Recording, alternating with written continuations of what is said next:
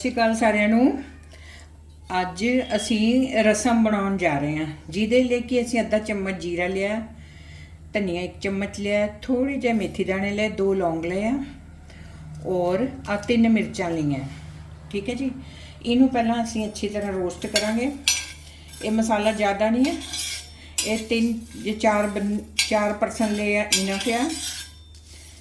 एक south Indian dish आ, तो each इस तरह रोस्ट करके फिर ठंडा करके मसाला ग्राइंड करके मसाला पाईदा। तो मेन रोल मसाले का है। तो हुण असी इनू तवे ते रोस्ट कर रहे हैं। चाहे तो तुसी पैन च भी कर सकते हो, क्योंकि मैं सिर्फ 4 जणियां लिए बना रही हूँ, तो मैं तवा ही चूज़ किया कि तवे ते मैं इनू रोस्ट कर ला। ठीक है। ये उद तक रोस्ट करना, इनू जलाना नहीं है जब तक इहदे विचों थोड़ी जी अरोमा यानी कि खुशबू जी आन लग जाए।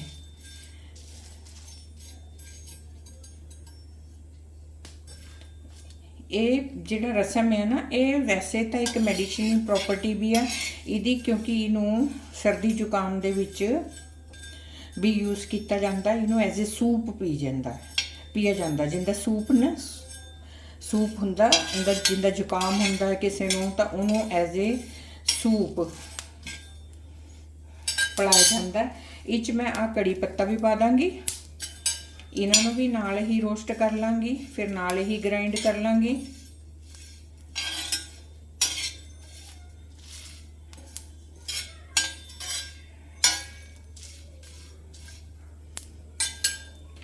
कड़ी पत्ता और बाकी मसालों का रोस्टिंग टाइम अड आ, इसलिए मैं बाद च कड़ी पत्ता पाया है। और हुण मैं इनू उतार लाँगी। इहदे विच मैं अद्धा क चम्मच, अद्धे क चम्मच तो घट इहदे विच मैं हिंग पावांगी। हिंग पाती है। हुण मैं इधरले पासे इस मसाले नूं कढ लांगी। हुण गैस नूं सिम ते करके मैं 3 प्रकार दी दालां लईआं हैं। हैगी उड़द दी दाल, यानी कि अपनी मां दी दाल धोती हुई। चना दाल हैगी तुअर दी, यानी कि हरहर दी दाल। क्योंकि इन्हां नूं मैं नाल इसलिए नहीं पीसिया क्योंकि इन्हां दा रोस्टिंग टाइम अड आ। ठीक है जी। हुण मैं इन्हां नूं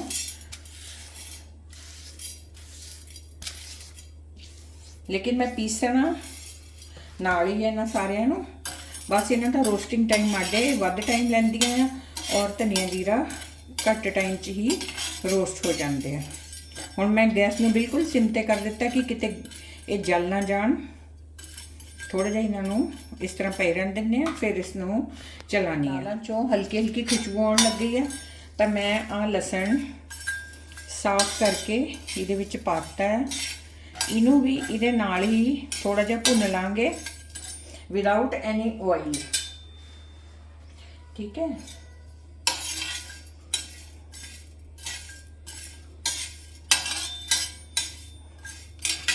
मैं आधा इंच अदरक का टुकड़ा लिया आ। इनू मैं बिच रोस्ट नहीं करना, इनू मैं बिच पीसना है। ठीक है। हुण तुसीं देख सकते हो कि दालां रोस्ट हो चुकी हैं और इनू भी मैं इस मसाले दे विच ट्रांसफर कर दी, यानी कि इस प्लेट से ट्रांसफर कर दी और इसमें मैं फैला देनी है। ठीक है। हुण मैं एक होर पैन लवांगी, जिहदे विच कि मैं 4 टमाटर ले आ। ये टमाटरां दी मैं अख कट के इन्हां नूं मैं थोड़ा जिहा पानी पा के, ऑयल नहीं पाना, पानी पा के इसनूं इस तरह रख दांगी।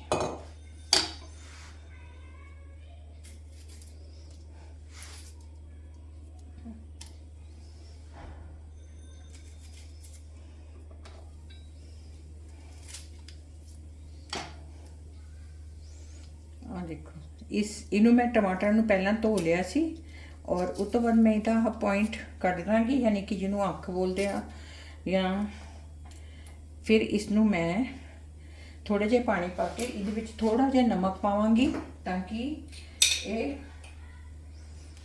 टमाटर बॉयल हो जाए और इन्हां दी स्किन आसानी ना निकल जाए। और मैं इनू स्किन निकाल के ग्राइंड कर लाँगी या क्रश कर लाँगी, हत्थ नाल ही कर लाँगी। हुण मैं आ मसाला मेरा ठंडा हुंदा आ, फिर मैं इनू ग्राइंड करती हाँ। उहदे विच मैं आ अदरक के टुकड़े नू इस तरह कट के रख लाँगी। आ 5-6 मिनट हो गए आ, असी अपने टमाटरां नू देख लैंदे आ।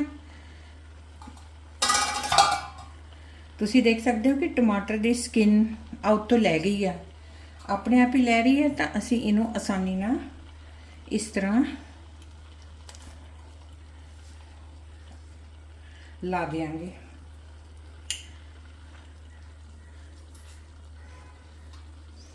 इस तरह इस ना फड़ के असी इन्हां दी सारी स्किन नू अड कर देंगे आसानी ने। पहला उन्हां टमाटरां दी उतारांगे कि जिन्हां दी अपने आप ही निकल रही है। तो तकरीबन सारे ही टमाटर दी स्किन आ देखो तुसी निकल गई। इनू कट दिता असी और इनू हुण चाहे तो ग्राइंड कर लो मिक्सर दे विच, तो चाहे तुसी इनू इसी तरह ही पोटैटो मैशर ना कर सकते हो। ठीक है, इधर मैं थोड़ा अपना मसाला दिखानी है। आ देखो मसाले चो इन्नी अच्छी खुशबू आ रही है। जिहड़ा मैं लसन, अदरक, दालां, धनिया, जीरा, मिर्च सारा कुछ पीसिया सी, बिच पीसी सी हिंग। ठीक है, इहो देखो कितना व्यू, बहुत ही अरोमा यानी कि खुशबू वाला मसाला बन गया है। ठीक है, हुण मैं इनू क्रश करदी हाँ, चाहे तो उसी मिक्सर ग्राइंडर कर लेंगे हैं। हुण मैं पहले इनू क्रश कर ला। आ उही मैं पैन ले लिया, इस थोड़ी जी राई पाई है।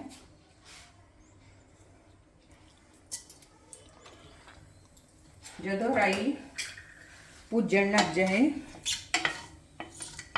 फिर असी एक छोटा जिहा प्याज पावांगे बिच। उद तकले मैं तुहानूं दिखा दिन्नी आ। क्या देखो मैं टमाटर नूं क्रश किया, फिर उसनूं ग्राइंड करके इस तरह का पल्प बना लिया। ठीक है,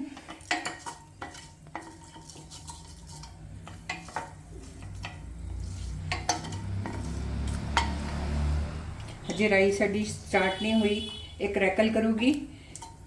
उस तो बाद असी बाकी चीज़ां पावांगे।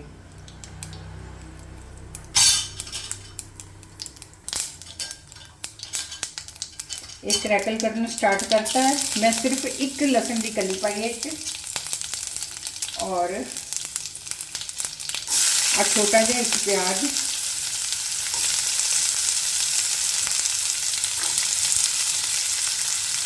और कट के कड़ी पत्ता।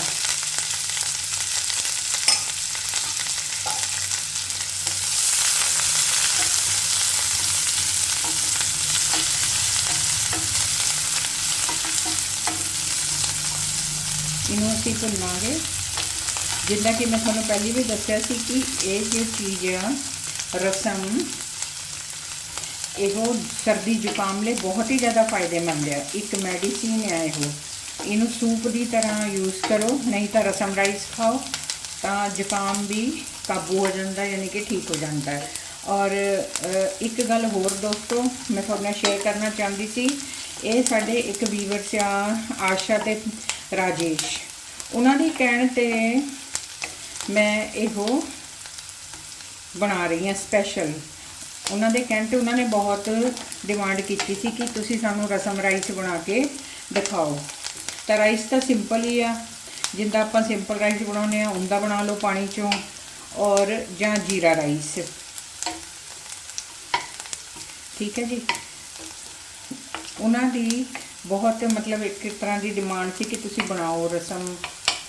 तो जे थानू भी कोई आइटम इस तरह की या कोई भी चीज़ मतलब थोड़ी पसंद दी है तो तुसी मैनू शेयर कर सकते हो, मैं उन्होंने बनाने की कोशिश कराँगी। और जे तुसी मेरे चैनल ते नवे हो तो मेरे चैनल को सबसक्राइब करियो, बैल आइकन में हिट करियो ताकि नोटिफिकेशन थोड़े को पहुँच जाए मेरी हर नवी रेसिपी का। और जे तुसी मेरे रेगुलर ही दोस्त आ ਤਾਂ ਤੁਸੀਂ ਮੈਨੂੰ ਕਮੈਂਟਸ ਹੌਸਲਾ ਅਫਜ਼ਾਈ ਲਈ ਕਮੈਂਟਸ ਵਗੈਰਾ ਕਰਿਓ। ਦੇਖੋ ਹੁਣ ਤੁਸੀਂ ਆ ਮੇਰੇ ਪਿਆਜ਼ ਤੇ ਆ ਜਾਂਦੇ ਆਪਾਂ। ਪਿਆਜ਼ ਟ੍ਰਾਂਸਲੂਸ਼ਨ ਹੋ ਗਏ ਆ, ਟ੍ਰਾਂਸਲੂਟ ਹੋ ਗਏ। ਤਾਂ ਇਹਦੇ ਵਿੱਚ ਜਿਹੜਾ ਸੀ ਮਸਾਲਾ ਸੀ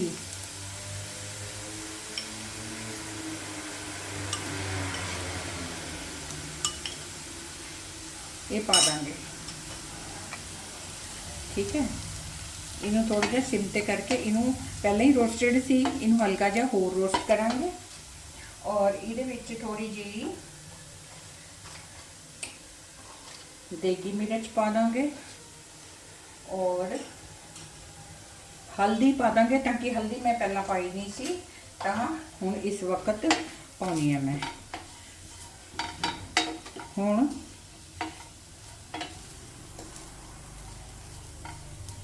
जिद्दां कि तुहानूं पता है कि पहला भुज्या हुआ सी सारा कुछ मटीरियल। हुण असीं इहदे विच टमाटर दी प्योरी पा देंगे।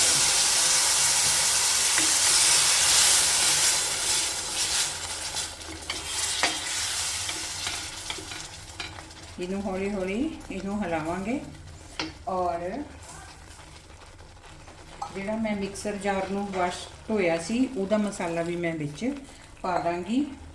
और हुण असीं इहदे विच पानी पावांगे, 3 गुना ज़्यादा पानी पा दांगे विच, क्योंकि इहो एक सूपी आ रसम, एक सूपी डिश आ। ठीक है। और इत्थे मेरे को आ इमली दा पल्प आ, पल्प तो बहुत ज़्यादा आ, तो मैं इहदे विच आ 2 कलछियाँ ये पल्प दियाँ पा लांगी। और जे तुसी इमली नहीं लाइक करते ना तो तुसी सिर्फ टमाटर का भी रसम बन जाता है। और खटाई की जगह कोकम पा देंगे, लेकिन इत्थे पंजाब च कोकम नहीं मिलता, तो फिर इमली पा दी दी है। हुण इनू 2-3 बॉयल आउगे। उस तो पहला मैं इहदे विच हरा धनिया भी पा दांगी, ताकि ये भी नाल बॉयल होवे। और पहला आपां सॉल्ट पाया सी, वो थोड़ा घट लग रहा है। हुण असीं इहदे विच थोड़ा जिहा होर सॉल्ट पावांगे।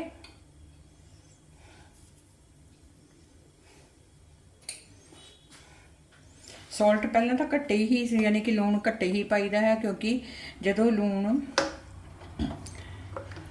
घट होवे तो होर उहदा इलाज है कि होर पा सकते हैं।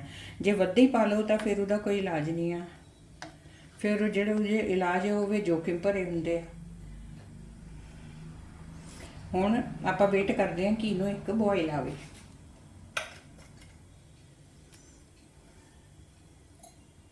आ देखो जी, इनू बॉयल आ गए, एक काफ़ी कड़ चुका है। तो हुण असीं इहदे विच जां तो थोड़ा जिहा गुड़ पावांगे, जां आ गुड़ दी शक्कर है तो वह पा दो। जे ये भी नहीं आ तो फिर चीनी पा दो। पहला इनू तुसीं प्रैफरेंस करो कि ये पाओ। ठीक है। ये गुड़ दी शक्कर है जो आम आपां घी शक्कर घर च खाने ना, वो वाली शक्कर है। ठीक है जी। इनू एक वाली होर देवांगे। और आ देखो इहदा टैक्सचर देखो, ये सूपी टैक्सचर है।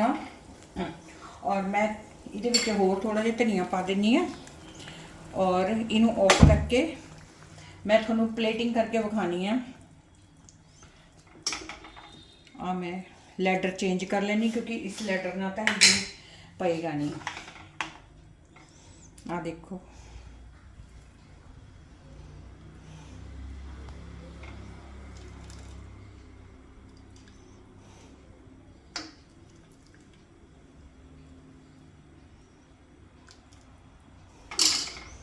आ देखो राइस ते रसम, राइस ते रसम तुसी खाओ, बनाओ, खाओ ते खिलाओ। आ देखो ये सूपी टैक्सचर है इहदा। ये सर्दी जुकाम च कि जिवें कि मैं 2-3 बार तुहानूं दस्सिया कि बहुत ही वधिया हुंदा है। और आ लो जी, और असीं फिर मिलांगे एक होर रेसिपी ना। Bye bye.